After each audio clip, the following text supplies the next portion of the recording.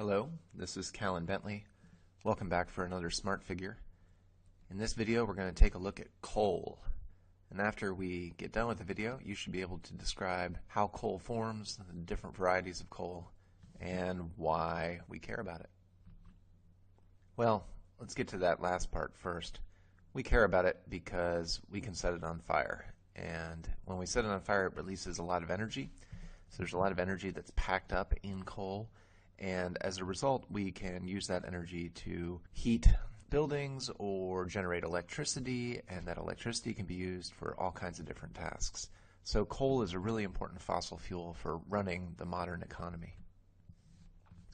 Coal actually forms from plant matter. The plant matter tends to accumulate in swampy environments where the oxygen level in the water is really low, and the amount of plant material that gets dumped in is far greater than the oxygen available to break that plant matter down.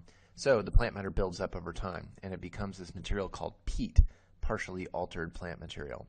If peat is compressed, it can become the lowest grade of coal, which is called lignite, or brown coal. And if lignite is compacted even more, then it becomes bituminous coal. Bituminous coal is soft. It'll rub off soot on your fingers if you hold it, and it's black in color.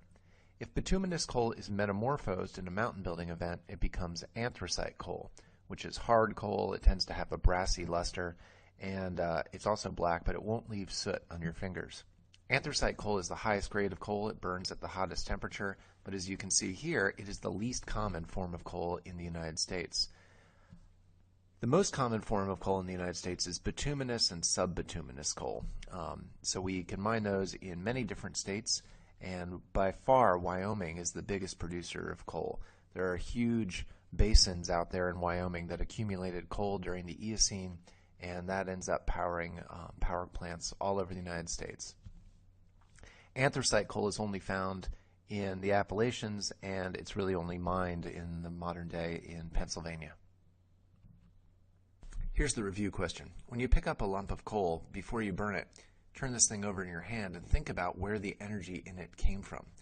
So ponder that for a second. Where did the energy in coal come from? Well, hopefully your answer is ancient plants that lived in that swamp and died and were buried in that swamp. But where did the plants get their energy? The answer to that, of course, is sunlight. Plants are photosynthesizers. So when you have a piece of coal in your hand, consider that the energy that's in that coal is actually ancient sunlight. And that ancient sunlight was captured by these plants before they were buried underground. So coal really is a fossil fuel. It gives us an opportunity to have a true blast from the past. Thank you very much for your attention. This has been another Smart Figure.